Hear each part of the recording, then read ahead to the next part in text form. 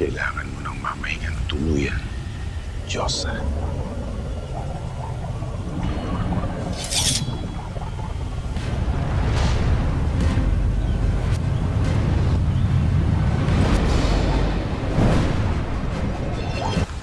Dito ka rin pala.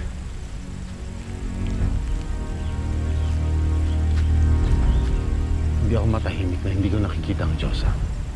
Sana magising na siya. Hindi nang pinagdarasal ko.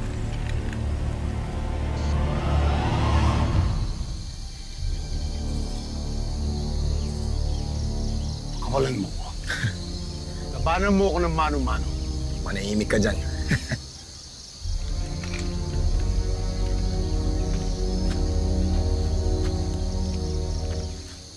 Gusto ka ba nabon? Ikaw nagbihag sa akin. Hangal ka. Nagpagupo ka sa hisang Hunyango. Sa sandaling ito, pinapatay na ni Hunyango ang mahal mo si Sandawa. Ako na lang ang patayin mo.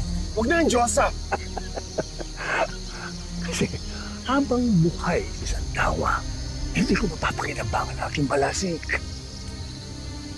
Wala kang kasing sabang. Lalo na ngayon, nasa akin ang balasik. Walang makakapigil sa akin. Panabon, kailangan mamatay ka na rin. Pero hindi dito. Gusto kong marinig ang sigaw mo. Habang iniitya kita sa kumukulong lawa. Talaga yan.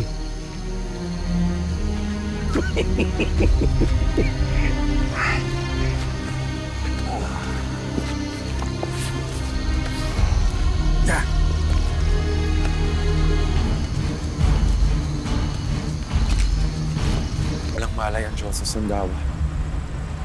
Sana talaga gumising na siya.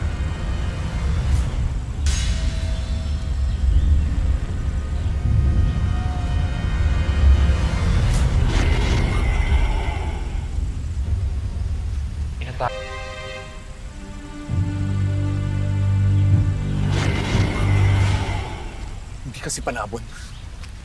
Isa kang Hunyango!